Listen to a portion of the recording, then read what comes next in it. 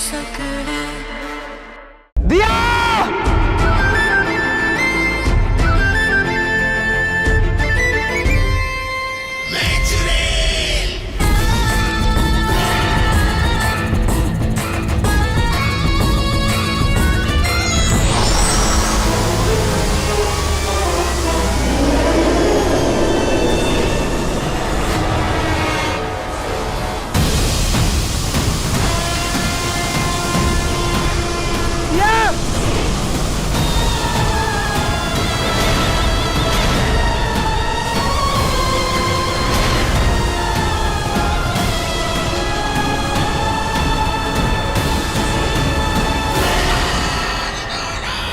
अब क्या होगा महाराज जी, मेरा मोक्ष?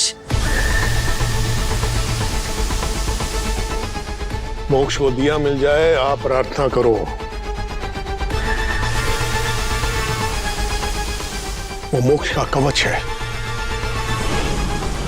वो साथ रहेगी तो काला साया मोक्ष का कुछ नहीं बिगाड़ पाएगा।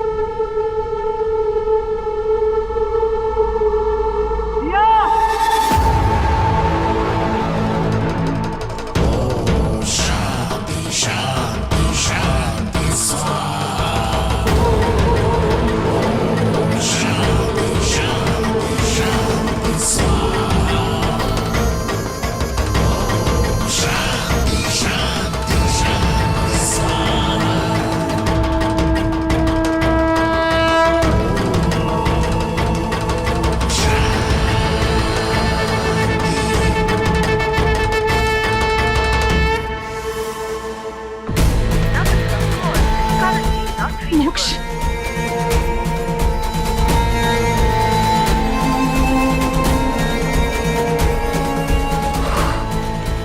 महाराज जी, ना मोक्ष का फोन लग रहा है ना दिया का फोन लग रहा है। इस विधि से मेरा मोक्ष बच तो जाएगा ना? इस समय दिया मोक्ष के साथ नहीं है तो मोक्ष की रक्षा हमारे हाथों से बाहर है।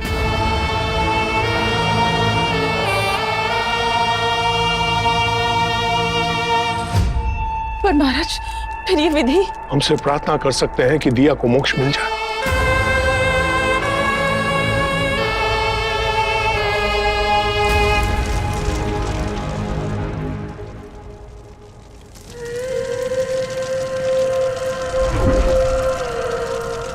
दिया!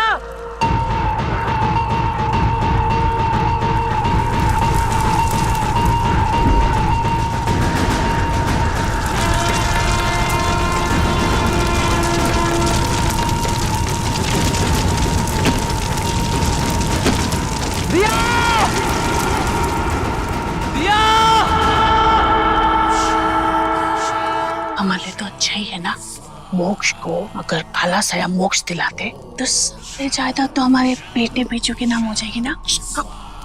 ठीक बोलती है, कम से कम जगह तो देख लिया कर डालेंगे।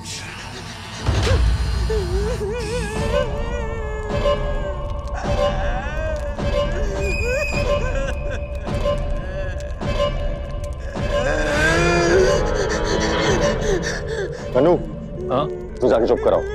ऐसा लगता है किसी प्रेत की आवाज पूरे घर पे गूंज रही है। हाँ भाई साहब।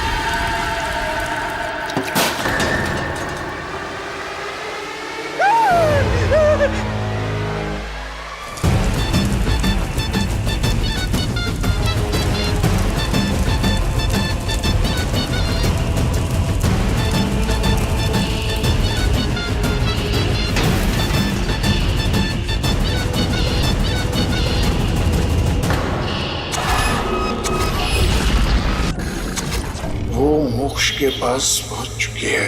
बस एक क्षण और ठहर जाती तो मेरे मंत्र की शक्ति से उसका असली चेहरा नजर आ जाता।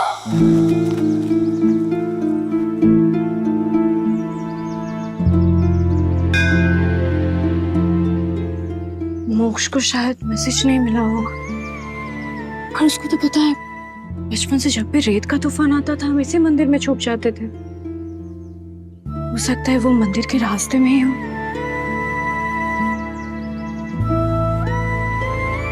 क्या भगवान, यही टाइम मिला क्या आपको तूफान लाने का, जब हम दोनों मिलने ही वाले थे? थोड़ा तो टाइमिंग का ध्यान रखना चाहिए ना। वो मेरे सामने था, ये तूफान नहीं आता तो हम अभी साथ होते, एक दूसरे का हाथ थामे हुए।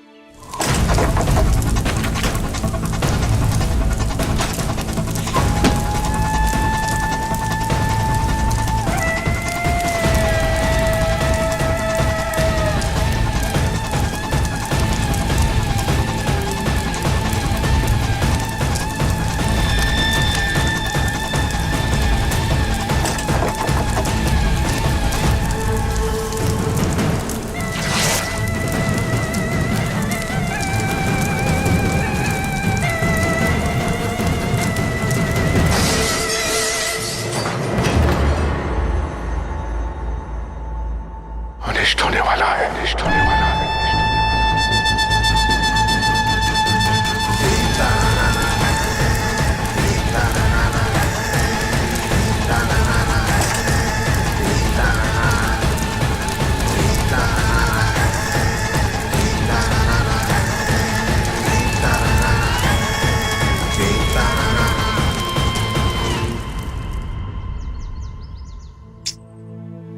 ऐसे मंदिर में खड़े होकर इंतजार करने से कुछ नहीं होगा।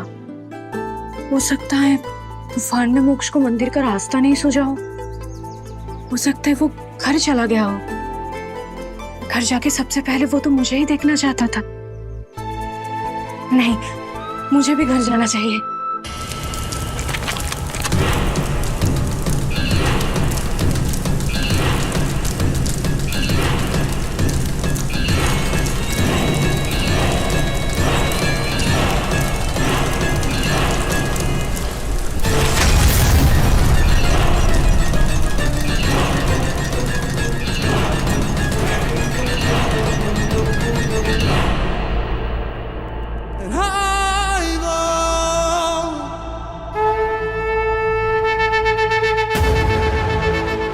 साल 2 साल में आप ऐसा नाटक जरूर करते हैं महाराज, लेकिन आज तक इस हवेली में किसी को कुछ नहीं हुआ।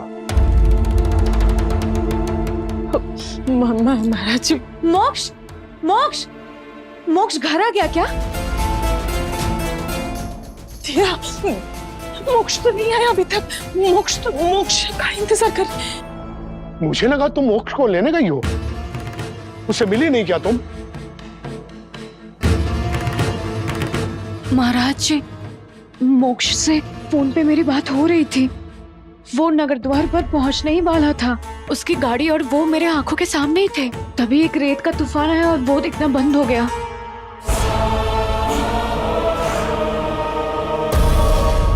रेत का तूफान अचानक? प्रिया मोक्ष को मिली नहीं, मतलब मोक्ष का कवच उससे दूर रहे, इसलिए काले साई ने यह चाल चली। मासा, मैं तो मंदिर में भी गई थी, सोचा कि मोक्ष तूफान से बचने के लिए वहां तो आएगा ही, वो वहां भी नहीं आया।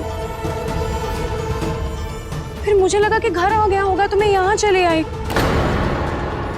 फोन भी नहीं लग रहा, शायद तूफान के कारण नेटवर्क चला गया होगा। हमें पुलिस में खबर करनी चाहिए कि मोक्ष मिल नहीं रहा। रुको, किसे फोन कर रही हो? लोकल थाने के हवलदार को? कमिश्नर साहब को भी फोन करता हूँ।